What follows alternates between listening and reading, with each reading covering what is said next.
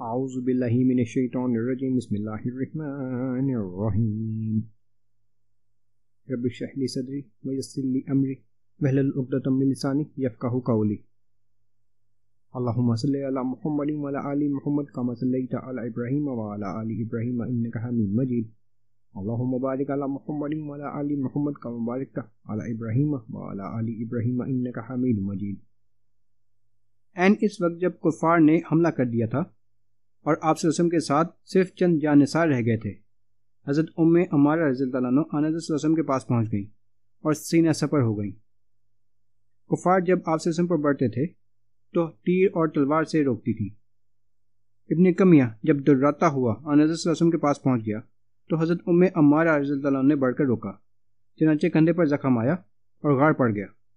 انہوں نے بھی تلوار ماری لیکن وہ دوہری زرہ پہنے ہوئے تھا، اس لیے کارگر نہ ہوئی۔ حضرت صفیہ رضی اللہ عنہ حضرت حمزہ رضی اللہ عنہ کی بہن شکست کی خبر سن کر مدینہ سے نکلی۔ حضرت صلی اللہ علیہ وسلم نے ان کے صاحبزادے حضرت زبیر رضی اللہ عنہ کو بلا کر ارشاد فرمایا کہ حمزہ رضی اللہ عنہ کی لاش نہ دیکھنے پائیں۔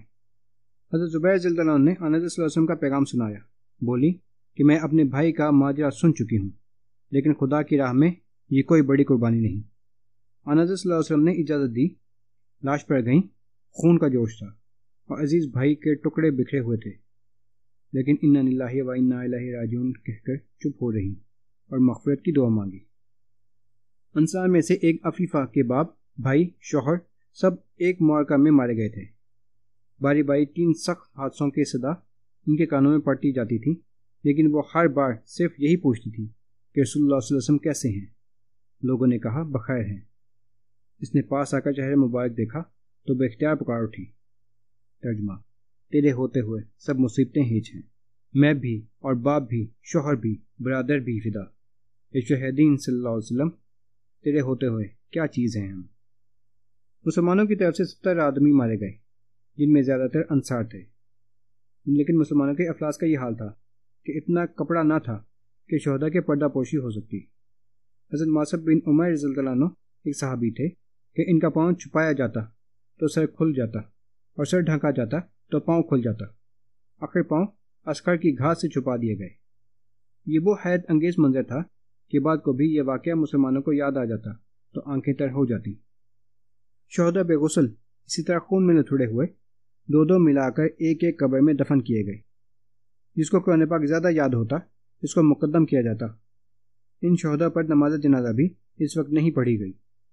8 برس کے بعد، وفات سے 1-2 برس پہلے، جب آپ صلی اللہ علیہ وسلم ادھر ادھر سے گزرے تو بے اختیار آپ صلی اللہ علیہ وسلم پر رقت طاری ہو گئی، اور اس طرح آپ صلی اللہ علیہ وسلم نے پردرد کلمات فرمائے جیسے کوئی زندوں اور مردوں سے رخصت ہو رہا ہو، اور اس کے بعد آپ صلی اللہ علیہ وسلم نے خطبہ دیا کہ مسلمانوں، تم سے یہ خوف نہیں کہ پھر مشرک بن جاؤ گے، لیکن یہ ڈر ہے کہ دنیا میں نہ پھنس جاؤ۔ دونوں فوجیں جب میدان سے الگ ہوئیں تو مسلمان زخم سے چور تھے، تاہم یہ خیال کر کے یہ ابو سفیان مسلمانوں کو مغلوب سمجھ کر دوبارہ حملہ آور نہ ہو، آپ صلی اللہ علیہ وسلم نے مسلمانوں کی طرف روئے خطاب کر کے فرمایا کہ کون ان کا تعاقب کرے گا۔ فوراً 70 آدمیوں کی ایک جماعت اس مہم کے لیے تیار ہو گئی، جن میں حضرت ابو بکر صدیق رضی اللہ عنہ اور زبیر رضی اللہ عنہ بھی داخل تھے۔ ابو سفیان احد سے روانہ ہو کر جب مقام روحہ پہنچا، یہاں خیال آیا کہ کام نہ تمام رہ گیا۔ حضرت صلی اللہ علیہ وسلم کو پہلے ہی سے گمان تھا۔ دوسرے ہی دن آپ صلی اللہ علیہ وسلم نے اعلان کرا دیا کہ کوئی واپس نہ جائے، چنانچہ حمرہ اسد تک جو مدینہ سے 8 میل ہے تشریف لے گئے۔ قبیلہ خزاعہ اس وقت تک ایمان نہیں لایا تھا، لیکن در پردہ اسلام کا طرفدار تھا۔ اس کا رئیس معبد خزاعی شکست کی خبر سن کر حضرت صلی اللہ علیہ وسلم کی خدمت میں حاضر ہوا اور واپس جا کر ابو سفیان سے ملا۔ ابو سفیان نے اپنا ارادہ ظاہر کیا۔ معبد نے کہا، میں دیکھتا آتا ہوں محمد صلی اللہ علیہ وسلم اس سر و سامان سے آ رہے ہیں کہ ان کا مقابلہ ناممکن ہے۔ غرض ابو سفیان واپس چلا گیا۔ یہی واقعہ ہے جس کو مورخین نے تکثیر غزوات کے شوق میں ایک نیا غزوہ بنا لیا ہے اور حمرہ الاسد کا ایک نیا عنوان قائم کیا ہے۔ حضرت صلی اللہ علیہ وسلم مدینہ میں تشریف لائے تو تمام مدینہ ماتم کدا تھا۔ آپ صلی اللہ علیہ وسلم جس طرف سے گزرتے تھے گھروں سے ماتم کی آوازیں آتی تھیں۔ آپ صلی اللہ علیہ وسلم کو عبرت ہوئی کہ سب عزیز و اقارب ماتم داری کا فرض ادا کر رہے ہیں، لیکن حمزہ رضی اللہ عنہ کا کوئی نوحہ خواہ نہیں ہے۔ رقت کے جوش میں آپ صلی اللہ علیہ وسلم کی زبان سے بے اختیار نکلا۔ ترجمہ: لیکن حمزہ رضی اللہ عنہ کا کوئی رونے والا نہیں۔ انصار نے یہ لفظ سنے تڑپ اٹھے۔ سب نے جا کر اپنی بیویوں کو حکم دیا کہ دولت قدر پر جا کر حضرت حمزہ رضی اللہ عنہ کا ماتم کرو۔ آنبی صلی اللہ علیہ وسلم نے دیکھا تو دروازے پر بردہ نشینان انصار کی بھیڑ تھی۔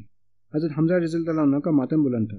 ان کے حق میں دعائے خیر کی اور فرمایا تمہاری ہمدردی کا شکر گزار ہوں، لیکن مردوں پر نوحہ کرنا جائز نہیں۔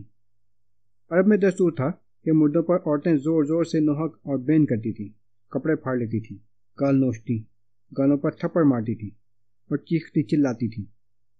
یہ رسم بد اسی دن سے بند کر دی گئی اور فرمایا گیا کہ آج سے کسی مردہ پر نوحہ نہ کیا جائے گا۔ یہ بھی بات کے ارشاد میں ہوا کہ اس طرح ماتم کرنا مسلمان کی شان نہیں۔ قرآن مجید میں سورہ آل عمران میں غزوہ احد کا مفصل ذکر موجود ہے۔ واقعۃ متفرقہ سن 3 سنہ ہجری۔ اسی سال یعنی سن 3 سنہ ہجری میں حضرت امام حسن رضی اللہ تعالیٰ عنہ کی ولادت ہوئی۔ رمضان کی 15ویں تاریخ تھی۔ اسی سال آن حضرت صلی اللہ علیہ وسلم نے حضرت حفصہ رضی اللہ عنہ سے، جو حضرت عمر رضی اللہ عنہ کی صاحبزادی تھیں اور غزوہ بدر کے زمانہ میں بیوہ ہو گئی تھیں، نکاح کیا۔ اسی سال حضرت عثمان رضی اللہ تعالیٰ عنہ نے آن حضرت صلی اللہ علیہ وسلم کی صاحبزادی حضرت کلثوم رضی اللہ تعالیٰ عنہ سے شادی کی۔